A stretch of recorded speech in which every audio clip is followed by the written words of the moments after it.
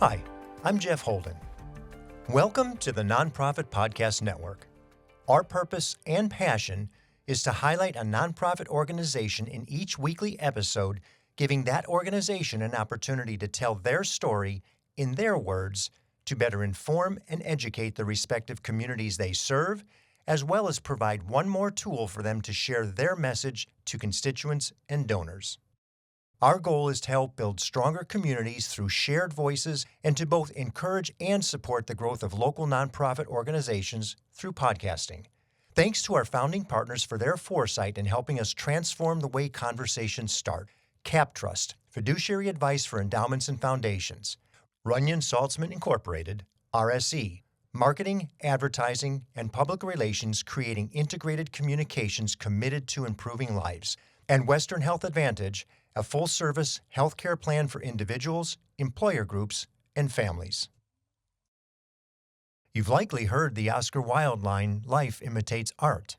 Well, this episode, we're going to speaking with the leader of an organization that actually puts that phrase to work intentionally, to have life imitate art, or more importantly, to have art facilitate what can and should happen in life. And it's happening at the very earliest of opportunities in our educational infrastructure. Michelle Hillen-Neufer is the Executive Director for NorCal School of the Arts. She's also a performing artist with a master's degree in education. After 25 years as a professional actor in film, theater, and television, as well as teaching, directing, and choreographing theater for youth, she turned her passion into a profession as an arts integration specialist providing training and professional development opportunities for educators. She has authored cross-sector curricula integrating theater arts and social and emotional learning and theater arts and conflict resolution. She's a founding member of the Sacramento Alliance for Regional Arts, and in addition to NorCal School of the Arts, she also teaches theater and dance to Sacramento State University students. Michelle is joined today by Michael Ortiz, Program Manager and Teaching Artist for the organization. Michelle, Michael, welcome to the Nonprofit Podcast Network. Thank you for having us. We're happy to have you here. I have to admit, I was way off base when you told me what the organization was all about, because I would think, NorCal School for the Arts, it's drawing and, art, stuff that's tactile, haptic art, not performing arts. But it never dawned on me that what we're really talking about is taking performing arts into the school. Would you give us a high-level overview of what the organization is before we get into the details? Yes, absolutely. We are an arts education nonprofit organization. So, again, we do bring in the visual arts when it comes to the sets of the productions, but really the arts modalities that we're talking about are music, theater, dance. Am I missing one, Mike? The visual arts, those are the main ones. That also can include poetry. It can include media arts. I mean, there's so much that goes on when you're putting on a production. But we bring educational opportunities to students during the school day, after school. We have camps and classes on site, but also, again, the majority of the work that we're doing is in classrooms. What grade levels do you serve? Is there a spectrum from kindergarten to high school, or what is it? Yeah. We serve all the way from pre-kindergarten all the way to 12th grade, and we even work with adult members of the community on our productions. Yeah. And Michael, if you could speak a little bit to your background, I think that would be helpful for everybody to understand from whence you came to how you got here. Absolutely. Yeah, a lot of my work experience is in classroom teaching. I ended up as a fourth grade teacher, and then after a little family tragedy, I left the teaching profession for a little while and came back into the nonprofit space, into arts education. And so currently I'm the program manager for our theater arts and SEL program, as well as our SEL, identify that for us. Our social emotional learning, yeah. Okay. And I work in our conflict resolution and theater arts outreach program as well as the program manager. So as these programs are in the school, you have a greater deal of relevance and understanding to what some of those teachers are going through and what they're having to deal with, to where maybe you can help interpret the best way to work with the students. Absolutely. Having stood in their shoes and done the, overwhelming sometimes work that they do, I know how to relate and how to, develop our teaching artists to work in that environment. And I would imagine that anything we can do to help support them in a classroom is welcome in terms of what they have to deal with. Absolutely. Michelle, how does the program get into a school? How does a school even know you exist? And then if they find out about you, how do they get their classrooms integrated to where you can come and integrate or implement the program? Yeah, so it started with the City of Sacramento CARES Act grant, where we received a grant and we were actually already able to go into the classroom and offer that to the district. And so really it can be grants that we receive. When we started at a school district, at Sac City Unified School District, the program was so popular, they had us come back. And double the number of classrooms that we were in the second year. So it's just become very popular among the classroom teachers that we've been able to grow it. So it could be, we do a lot of grant writing, a lot of just trying to continue the programs that we're already in, the districts and the classrooms that we're already in, and then provide even more. So we also had the Impact 100 grant that helped us take our conflict resolution, theater arts integrated with conflict resolution to other districts. And we received a Department of Homeland Security grant that was a 2-year grant, and that was a violence prevention grant. So the DHS recognizing the importance of these types of programs to build community, to engage students so that they can have, authentic classroom relationships with fellow students, how to deal with conflict, how to recognize emotions, how to de-escalate emotions. So this was perfect for what they were trying to accomplish with their grant. And we're going to talk a little bit more about funding in just a minute. Getting back to the classroom and what happens in the classroom with the students from the performance standpoint, I'm just thinking, myself, there's a protocol for whatever that particular performance is that you're teaching, I'm assuming. But the students, especially in a conflicted situation where maybe that student's, isolated, not very vocal, maybe would open up in this situation because they get to impart the real them in character. Right. Do you see that? How does the program actually work? What do you see? And maybe, let's start with conflict resolution, because that's a really easy one for me to wrap my head around. You have students all day long. It's just what kids do. There's problems and there's bullying and there's issues of conflict that don't get resolved necessarily in the classroom. But obviously there's something that happens with the performing arts of this that, if Homeland Security is willing to contribute, a significant amount of money to supporting the program, they see value in it. So what is it that happens in, let's say, with the conflict resolution program first, and then we'll get into SEL? Well, I've always seen theater arts as something that's very therapeutic. I know that from a really young age, like a 9 or 10-year-old kid, getting to be part of theater camps and, summer camps, those types of things.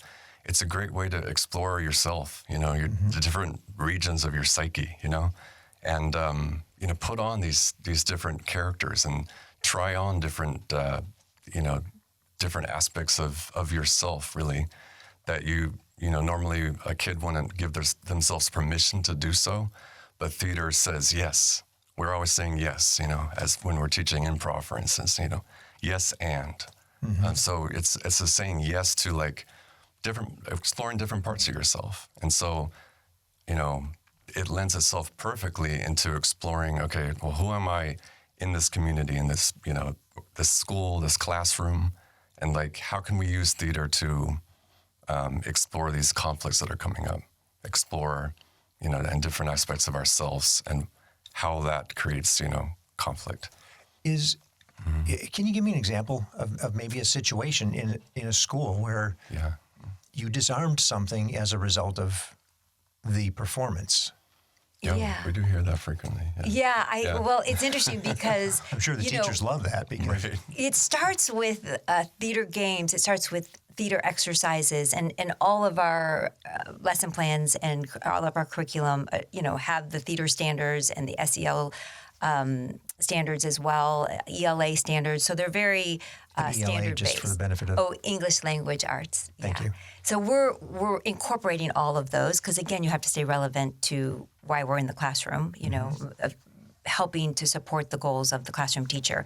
But I think the students start to learn things that are relevant to conflict resolution without knowing because they're having so much fun. Yeah. But there have been stories where they've come in from the classroom or they've come in from the recess into the theater arts classroom and something just happened and they literally unpack it using what they're learning in the class, which is the 4 steps of mindfulness and 4 steps of conflict resolution, and so that they're addressing that right there, which is pretty exciting. A lot of role playing happens though prior to that, so they don't have to use something that's raw if it's not necessarily appropriate to the situation. Definitely. And it really is, we're helping create a framework for bullying, addressing bullying issues, addressing, little spats between students, anything in between. Yeah. what I think you said just a minute ago is the steps and the protocol to make sure everybody understands this isn't just coming in and learning some performance, you memorize your lines for a play. There's not only a full protocol, it's a curriculum. This is a platform. It's a course, so to speak, and it's every bit as detailed as anything else that a teacher would be doing. That's right. Speak to that a little bit, and maybe initially as a former teacher. Mm-hmm. Definitely. I mean, having gone through teacher training programs, through Masters in Education, you learn a lot about creating curriculum, about, structuring lessons and creating units. So I was, very impressed immediately with what Michelle had put together in terms of, just a really solid structured curriculum that, at the time was a 20-week program. It's going to go back to that as well. But it's really very targeted towards exactly, a goal and an objective, which is, how we structure every kind of lesson, even when we're teaching fractions, So I've lost my train of thought, though. Yeah, well, and that's great. You were good. Okay. Because, it does act as a learning experience, professional development. We won't say professional development, but it does act as that for the classroom teacher. The classroom teacher receives all the lesson plans. They learn the theater games alongside the students. So when we're not there, when the teaching artists leave, then the classroom teachers can still play those games with the students. For the conflict resolution portion of it, we also had a contributor, Kelsey Thompson-Briggs, who is an expert in the conflict resolution space, and she was just so helpful in collaborating on those lesson plans so that we could really marriage theater, competencies with the SEL conflict resolution competencies. Weave those into all of the lesson plans. Definitely. And just like any good lesson, all these lessons are standards-based. So Right. Michelle's taken the English language arts standards, all of our visual and performing arts standards for the state of California, and there's some national standards that have been developed for social emotional learning. So we're incorporating all of those to use as a guide Yeah. to structure those lessons. Yeah. Let's go to the classroom, just for a second. The protocol's there, the curriculum's there. What does that look like when you plug it in? And maybe that's more for the benefit of the teachers who are going to listen and hear it and go, "Oh, okay, I get it." What's it look like when you orient into a particular classroom or school? Yeah, that's a good one. Well, as far as like what it includes, Yes. Well, as far as for theater, you look at just my entire life. When you walk into a theater class, what can you expect? You can expect to physically warm up your body, vocally warm up your body, do some improvisation games. A moment where everybody is contributing, that you are going to be on the spot as the student sitting there at one time. We know that for students that are dealing with trauma, that a specific order is important for them to know what's coming next. So if they're like I love the improv game, but I really don't like the physical warm-up or the vocal warm-up or whatever it is that they might have an issue with. They know that it's going to move through that and we're going to get beyond that. So when they know the routine and there's a structure to it, I think that helps them get on board, pretty quickly. By the second lesson, they know what's coming, but a different game, not the same improv game. And then, we'll have like the main lesson of what the learning is, and then a wrap up. So it's pretty well structured, but very similar to an acting class. How long is the session, let's say, in a classroom setting? Each workshop's about 60 minutes. Okay, so about an hour. Yeah. And do the teachers identify sometimes students that maybe could you focus over here or over there with that particular student who maybe has a need or has experienced something, but this may really benefit them? Absolutely. I mean, a lot of our students in this area are going through so much, very tough circumstances for such young people. And, our classroom teachers, local educators really understand that. So, I mean, I always ask them to brief our teaching artists on what's going on in the room, and so that they can have a better sense of what the needs are there. So, yeah, definitely the teachers will identify certain students that need extra support or, a gentler touch. Yeah. Right, to be careful not to drive too hard into their... Absolutely. Yeah. And our teaching artists are incredibly intuitive. Definitely. And they're, Mike does wonderful training on classroom management. So they're trained in social emotional learning strategies. They're trained in trauma-informed and culturally relevant, and just, again, that classroom management. So sure. we're constantly doing trainings for our teaching artists, which are always so fun. You get a lot of theater people in one room, and it gets to be... Oh, I can imagine. Yeah. It's their fun. Yes, they're entertaining and just amazing people. Yeah. And there's not always, or is there always a teaching artist in the school during the session, during that hour session? Does that always include a teaching artist? Absolutely. That's our job, is to bring our teaching artists and right into the classroom, at least for this program. Okay. Yes. That I manage, yeah. And the wonderful thing about this is that my other hat that I wear is I teach at Sac State, and I wrote and helped to develop the Theater and Dance Credential, because there is the new Theater and Dance Credential in the state of California. So some of our teaching artists may go on to get their theater credential now that there are funds through Prop 28. The teaching credential. To have those, or what did I say, the theater credential? Yeah, the teaching credential. the teaching theater credential Yes. in the theater realm. But so we will have that ability to potentially inspire them to potentially do that if they want to do that. So, awesome. And that's actually a nice little diversion, because there was just recently a study that revealed $241 million in economic impact from nonprofit arts and culture in Sacramento. $241 million. And so we move, not only do we move our students through to benefit them in so many ways in the classroom, but should they choose to move into the field, they now are a participant in our greater economic impact. Yeah. And then, as we were talking a little bit earlier, Michelle, you were saying the teaching artists, now they're performing artists, and they have an economic impact because they're the people we go to see, and benefit. So there's a really huge web of value that could potentially start in the classroom just from what you're doing here with the students, not to mention the benefit in the classroom of, the social emotional learning and the overall conflict resolution that helps the teacher teach easier, I guess, in some way, shape, or form. I'm sure they would say, well, yeah, that's scratching the very surface, but it's beneficial. yes, and that really, looking at cross-sector work, bringing the arts into another entity like we do with conflict resolution, with violence prevention.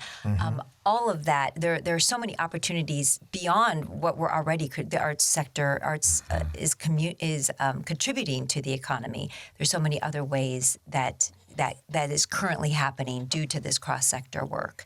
The one thing I wanted to say about that is, the AEP 6 involved nonprofit arts organizations in Sac County providing data. Yeah, and let's talk just a little bit more in detail. AEP6 is what? The Arts and Economic Prosperity. Oh, good. That was even Study. better. That I wasn't even expecting that much out of it. Yes. Yes, Arts and Economic Prosperity Study, and that was it's provided by Americans for the Arts. Okay, and that data of impact is something you have available to where it's easily accessible for anybody who wants to see what that impact was. Right. So I'm on the board of the Sacramento Alliance for Regional Arts, and we were a part of making sure that the arts organizations in the county filled out that survey so we could collect that data. And we currently on our website, info at artsforsac.org, we have a calculator where an organization can go in and put in some data and get their impact. So if we're writing grants, then we can have that available to us. So it's really important because the arts sector, arts and culture sector is a big contributor. We provide employment. We are getting people out. And it's not only economically, but also just, socially, and people need this especially after the pandemic. Like we learned we need connection, and the arts help us do that in the community. Not only do we see the value through a study like this, but I would imagine there's probably some sort of, I want to say grading because I don't know what else you might call it, but through the classroom performances, how do you measure effectiveness of the program? Because with the kind of money that you get from those grants, I know they're going to look for accountability. What does that look like? Absolutely. Well, a lot of our data comes from surveys of our classroom teachers. So as I mentioned, we're bringing a teaching artist, experienced artist that is also a teacher into the classroom to work hand in hand with a classroom teacher. And so we ask our classroom teachers as often as they can, hopefully every week, every time they have a session with us, to fill out this feedback survey. And it asks them, a couple number of metrics to, to rate their experience and to give a little feedback on how the process is going for them. And so we use that data to assess where we're at and, assess the impact and the success of the program. Yeah. Michelle, you mentioned a little bit of the funding. We kind of scratched the surface of that. But getting into it a little bit deeper, Impact 100 was a $100,000 grant. That's Yes. a huge amount of money, just locally for the organization. What sort of presentation, what did they want to see? What was important for you to share to be able to demonstrate that you were worthy of a gift that large? Right. Yeah. It's interesting because I think that what we're doing is resonating with a lot of people. We all can see, you turn the news on. I mean, every morning when I watch the news and I see how people are not able to work through their emotions, they're not able to recognize what we're trying to teach the students about conflict. Conflict is not a bad thing. It's a human thing, and it's an opportunity for deeper understanding of what's happening, of the other person and their perspective. And this is what resonated with the community that voted in Impact 100, that we're using arts as a tool to reach the students in that way. And that there will be a system that they can think about, how should I go from feeling this way to, approaching this person and sharing my feelings and then coming to some sort of resolve. But also, how is that going to continue? The fact that the teaching artists have the lesson plans and they get the curriculum means that they can use it for years to come. So that we're not just impacting that, we're impacting classrooms for many years because the classroom teachers may utilize that. We bring big boards that have the 4 steps of nonviolent communication. So that board lives there. And so the students can always turn and look at that in the classroom. So I think that was part of it. And also, recognizing, I think at the time, National Alliance on Mental Illness had put out a percentage of students that had seriously considered suicide. And it's like 19%. Of high school students have seriously considered suicide. And that's, our students are suffering. And it's a lot of that, is the technology that they're not communicating in the same way that I did when I grew up. Right. Because you had to look at each other face to face. There was And no sadly, texting. the pandemic forced them into the technology way faster than they may have been naturally. It was headed that way. But when you shut everything down and there's no communication because there's no physical interaction over a course of almost 2 years, you're forced into the technology.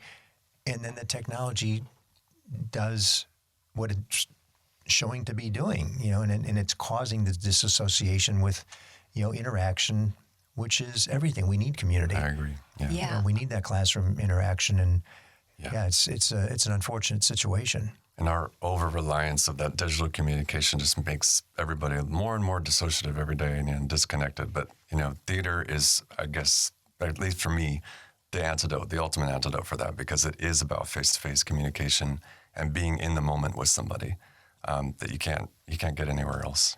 Right, and it doesn't work digitally. That's right. There's a visceral sense in talking to somebody versus talking to a screen. That's right. And you get it. If you say something, you can see a wince or a movement or whatever, whereas on the screen you may just see a face.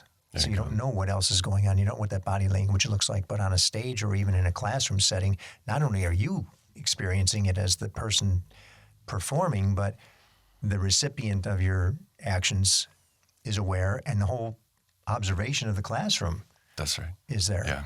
Yeah, and you had asked for some examples, and I'm just trying to think, one that comes to mind is for the younger kids, Captain Kindness, and just practicing empathy through role playing. But, they love the opportunity to be Captain Kindness and to come over, whether it's offering a statement of empathy or whether or not it's learning an apology circle, learning how to apologize, from the heart and not the head. And what does an authentic apology look like? And why is it important in this ecosystem of classroom, And so with these little guys, you get to call them out on that. No, really mean it. Yeah. I'm imagining is how something like that would go. Yes, well, we'll use a book and then of a story of a character that has a hard time with apologizing, and then they get to become that character and turn to the person and apologize, and the next person has to practice receiving the apology. So these are just, there's so many of these games and examples. Absolutely, and other games for the older students, but all developmentally appropriate based on the grade that they're in. Oh, that just has to be a blast as a teacher seeing some of this going on. Yeah. A lot of this SEL, this social emotional learning is firstly about increasing awareness, awareness of, the movements of emotions within yourself and awareness of others, which is empathy, where are they at? And then, how do we meet in the middle? And so, a lot of these activities are directed towards this increasing one's empathy and one's sense of awareness of what's happening. Well, and how significant to catch that early, start that early. Whether it's first grade, second grade, third grade, those are all still very formative years for the students to pick up on some of that before they start building the walls and the masks and the the facades of what they need to do to survive.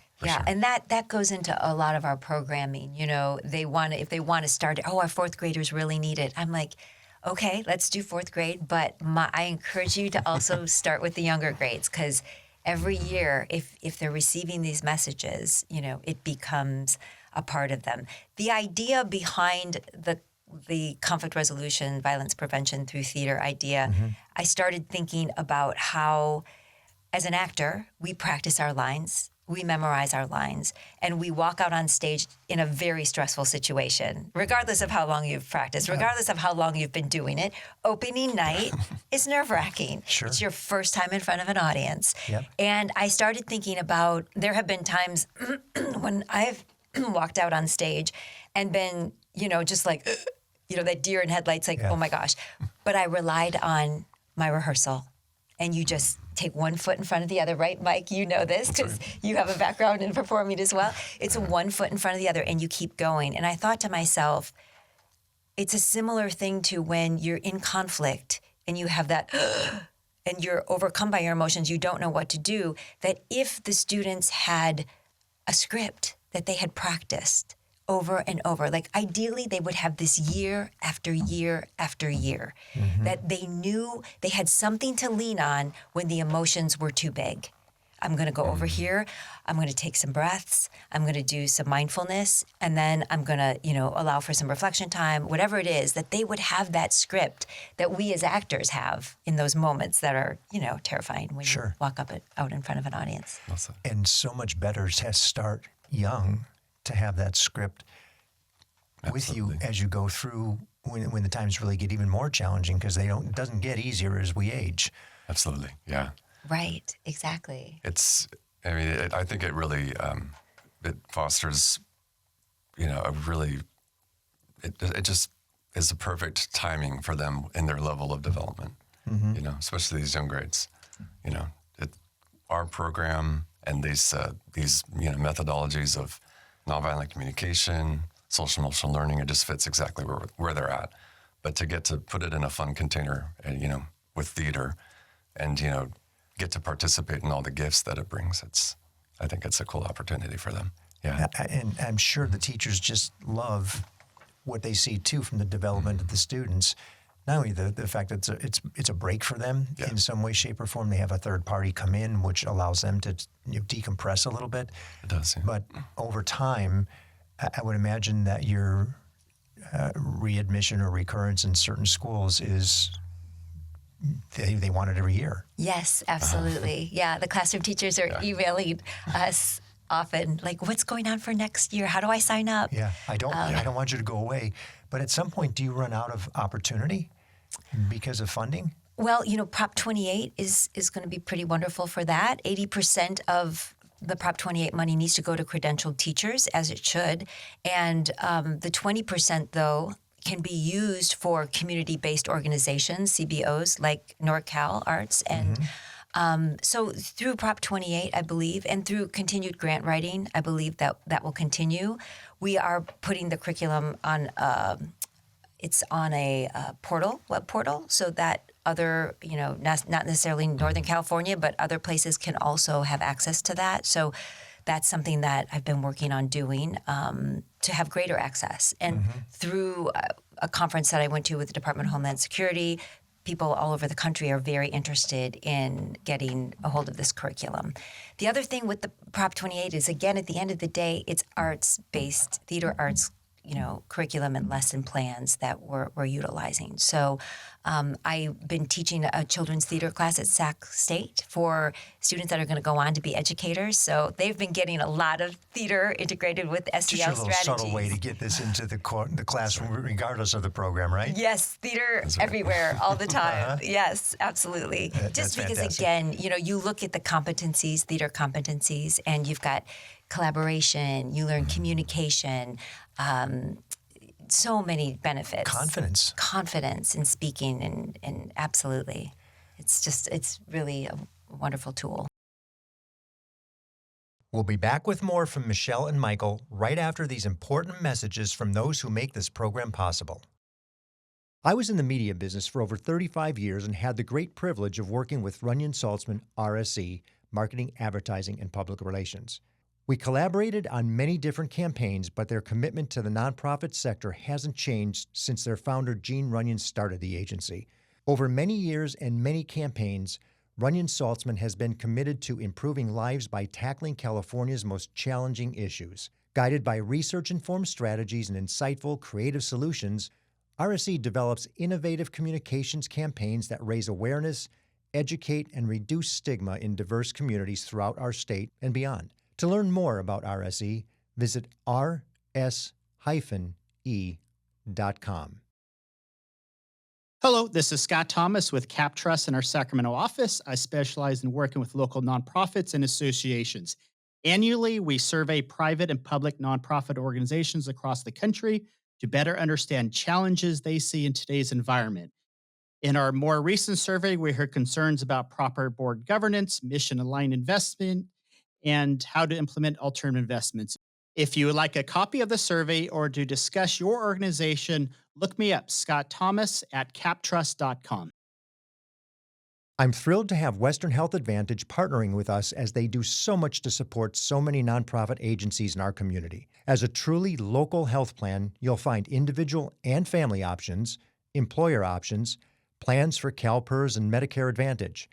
From medical services to pharmacy, health and wellness support, as well as behavioral health care, Western Health Advantage has a plan that fits what you need. As an employer, for profit or nonprofit business, individual or family, you can find more at westernhealth.com. Let's talk a little bit about funding now, for real funding. How many paid people are on staff? We currently have 60 employees, about 10 full-time employees. We have about 50 teaching artists that are in the classrooms. Because again, we're doing this program. We're also in the after-school space, providing dance, music, theater classes, as well as full productions. We put on, 24 productions, sites. A year? 24? This last school year alone. 24 sites. Current school year, yeah. That's a lot. It is a lot. That's 24 events that you're creating on top of the other curriculum and in school and the classroom. How many classrooms are you in at any given point in time, so to speak? As far as 10-week residencies, we had about, I would say 500, close to between 450 and 500 this year. And that's the 10-week residencies. Yeah, whether it was 10 weeks of theater arts integrated with SEL or 10 weeks integrated with conflict resolution. Wow. That's a lot. Yes. Yeah. So you're one of the bigger organizations, relatively speaking, when you look at nonprofits across the community. $2 million plus budget, $100,000 from Impact 100, which was great because that's really all local. Yes. And then you mentioned your Homeland Security grant of it was 600 over 2 years, so $300,000 a year there.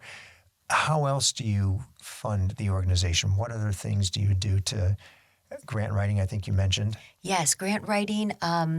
We'll, have service contracts where districts will find through their grant funding. They will engage with us. They'll fee for service contract. Absolutely, yes. So through the grants that they're getting, whether those are social emotional learning grants from the CDE, but we're able to contract with districts for other funding that they have under funding sources. The thing that we are currently doing an expansion into the after-school space as a primary provider, and we're providing an arts-based after-school program. So that is something brand new. We have 50 teaching artists, 10 full-time, and we're now hiring about 40 to 45 more in this summer, 40 to 45 more lead teaching artists, but they're lead team leaders in the after-school space, and also program managers and assistant program managers. So we're currently hiring. That's amazing. Yeah. That's great to hear, too. Absolutely. Because those, again, being able to bring so many of the arts modalities to students who may not have had the opportunity to experience them, we're going to infuse that in our after-school program. So we're very excited about that. We're going to be starting in 5 schools in July and August. Okay. In the fee-for-service space, are you finding that the opportunity is still there, given the state's budget situation? Yes, because Prop 28 was passed, so that's definitely an option. As quickly as we are trying to get people credentialed with the theater and dance credential, there still is that, there's going to be those couple years where it's going to take the state to get to. I think they have to hire some 15,000 arts teachers, theater, to fulfill what all the districts are looking for these teachers.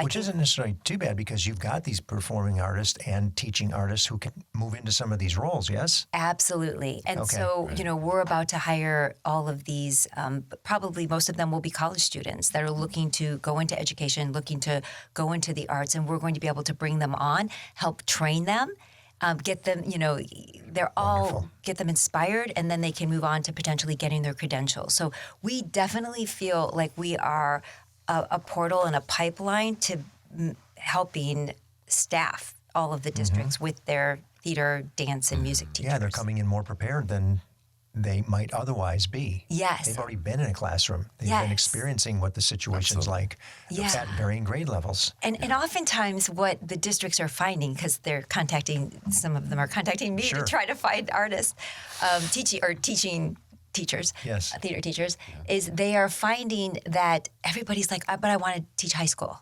They all want to teach high school.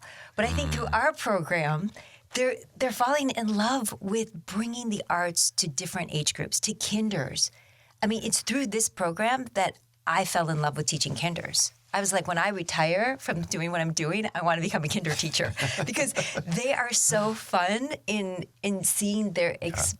I mean, they just open up my own artistry, watching how they approach the arts. Yeah. They're still receptive. They haven't learned Amazing. how not to be receptive to whatever it is. What I've found from also being a teaching artist with NorCal is, they're so imaginative. Imagination comes very natural to them, To teach theater to adults or no even judgment. college There's students. no judgment in so many kindergarten, first grade. Yeah, so many filters and so many insecurities, and like they're holding back even when they get to middle school or high school. But kids will go right there with you, right into the realm of imagination, and that's the how great characters Well, I are can see cultivated. both of your pleasure in it just by the, the emotion that comes out when you're talking about it. Yeah, we have, our lesson plans.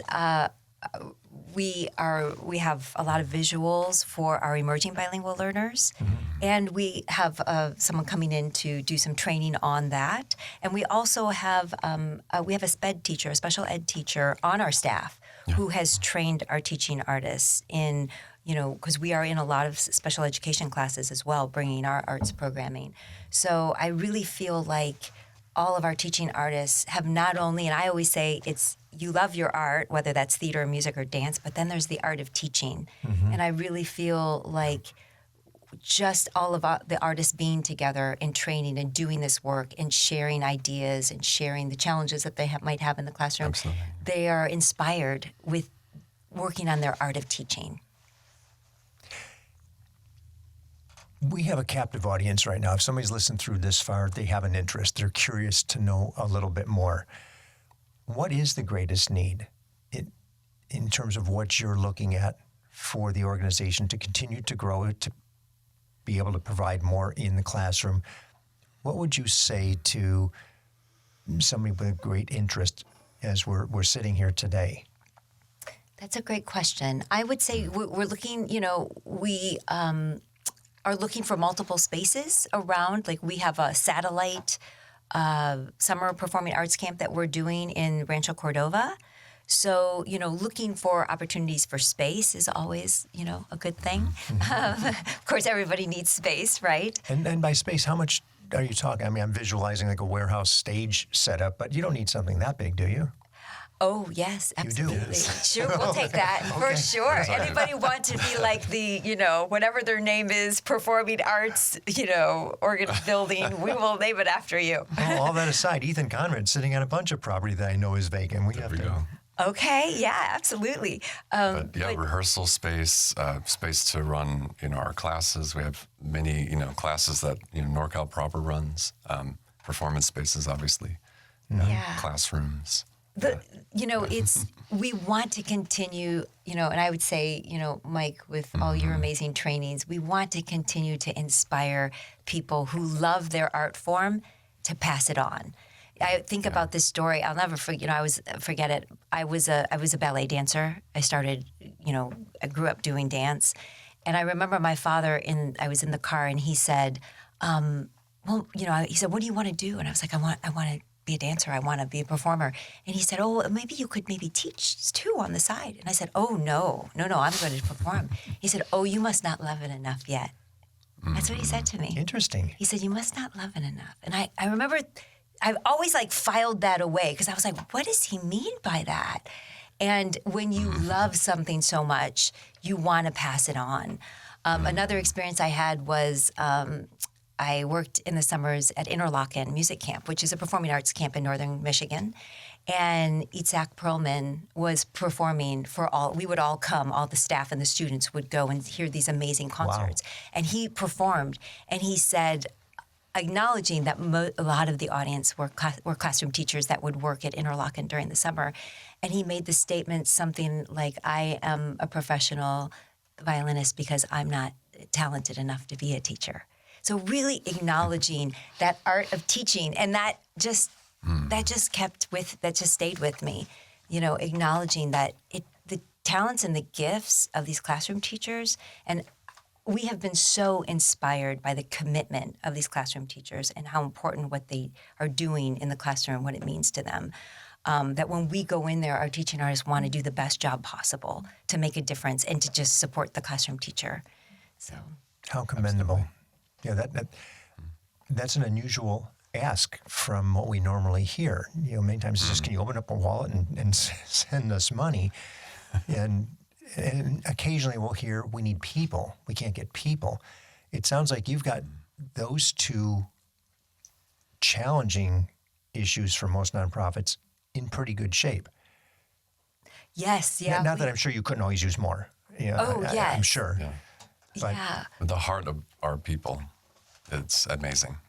You can see it all the time, Anytime you walk into a classroom, a bars, or a rehearsal space, our teaching artists bring a lot of heart into what they do, and a lot of just a sense of fun. That's really infectious for the kids. And I'll bet that makes it easier to get them to participate with the organization. Yeah. You're not struggling. You've got great word of mouth. It's a paid gig. Yeah. And it's rewarding. It's really rewarding. Absolutely. And it's really hard to train employees to care, and that's something that I never have to worry about Great. with our staff. That's a great line. Yeah. Yeah, that's wonderful to hear. Yeah. One of the things I ask everybody is collaboration. Who do you associate with in the community from maybe other nonprofits? Is there any integration with other organizations that you see that they come to you or you go to them? Who might that be? Well, I'll give an example. So the Regional Water Authority had heard... I saw that on the website and was scratching my head going, what? I know. How does that fit in? Right. The Regional Water Authority had heard what we were doing with the cross-sector work with violence prevention. And so they approached us when the Creative Core grant came through and said, do you think we have this important message of water conservation? Do you think that your artists we could collaborate and you could put this out there? And I was like, yes, of course. The first rule of improvisation, yes. And right. Of course we will do this. So that grant was twofold in that the Creative Core grant was cross-sector, but it was also employing artists. And so what a wonderful opportunity for our teaching artists to write the play, to write the PSA. We have a public service announcement that is also out there, and to bring that to the community. So we have partnered with this particular play. We have partnered with Fairy Tale Town, with Mosac, with Nimbus Fish Hatchery? Fish Hatchery. Thank you. With, the list goes on, La Familia, with the Crocker, we're working on, hopefully, potentially with the zoo, bringing this water conservation play called Drip Drop Hip Hop, A Journey Through the American Watershed. And I just want to give a shout out to Julia Flores, our program manager, who really helped the artists collaborate on the writing of it and really took the helm on that. And I think that's unique. That is really unique. But you're starting it, the kids, whatever level they are, take that home, they're practicing, and it just subtly embeds water conservation somehow, some way, as they're practicing and performing for their parents. And as you roll out the play, obviously, it becomes even more and more a factor. All the press and the PR that comes out of the benefit of that. Yes. Well, in this one in particular, it was the teaching artists and the actors that were presenting it. But we did have some classrooms in the older grades where the classrooms actually performed it. So it was both. But mostly it was our actors, the actors in our company that were doing that. Yeah, and the way that you're connecting that throughout the community, through the organizations that you just mentioned, some of who we'll be speaking with soon. So I'm excited because I share some of the stories that come from one organization to another in those discussions. Right. And part of what we hope to do is to also be a catalyst to introduction and cross-pollination and collaboration, because so many times they don't even know the other organization exists. You know, and we were speaking with somebody just yesterday. We don't want you to be a best-kept secret. Right. We want everybody to know about you in Yes. any way, shape, or form that we can. Yes, I would be amiss to not mention the City of Rancho Cordova and the Enhancement Fund grant that has been really vital in helping us be in the Rancho Cordova community. And you know, I'm just trying to think of other partnerships in the Creative Core grant that came ultimately from the California Arts Council, and then all the California Arts Council grants. And we know that they're about to that there have been proposed cuts to the California Arts Council, and that is such an important organization to the arts organizations in the state of California, and just really elevating the ecosystem of the arts in Sacramento, and making sure that there's equity and that students that wouldn't normally get the arts education, you know, opportunities, that they have those. So, hopefully there will be no cuts to the California Arts Council in the arts state, you know, the state budget. Hopefully not. You know, unfortunately, I know they have a lot to do, but yes, of course, agreed. we understand there are Agreed. lots of priorities, but and you both have been wonderful. And Thanks, Jeff. I'm a huge fan of education and sat on a board for a variety of different educational nonprofits over the course of my time in Sacramento. And I think you can do so much with education. You know, it breaks the cycles of poverty, and it changes the dynamics of families and economies and cities and community. So the fact that you guys are doing what you're doing in such a unique way is exposing so many more students to something that maybe they never would have had the opportunity to see, feel, experience, know. And you do it through the support of teachers who are the lifeblood of the educational system. We have to have them well in order to do what they do, because they're so important. So thank you for such a neat approach to it, and for such a commitment to both the arts and the students, because it's the combination of both that pushes it out into the community. yes. Thank you, Well, Jeff. Thank Thanks. you. Thank you for having us. Thank Absolutely, you for my seeing pleasure. that, you know, deeply. Yes. You know, that's a deep level of seeing. So thank you. Yeah. Well, thank you. Yeah. Thank you. I hope you enjoyed the episode. If what you heard moved you, please reach out to that organization and do what you can to help. If you like and appreciate what we're doing to support local nonprofits, please give us a positive review, subscribe, and share. If you're a nonprofit with an interest in participating in an episode, you can reach me at jeff@hearmenowstudio.com. If you have a need for the services or products our sponsors offer, please reach out to them. CapTrust, fiduciary advice for endowments and foundations; Runyon Saltzman Incorporated, RSE, marketing, advertising, and public relations, creating integrated communications committed to improving lives; and Western Health Advantage, a full-service healthcare plan for individuals, employer groups, and families. The Nonprofit Podcast Network is a production of, is recorded at, and edited by Hear Me Now Studio.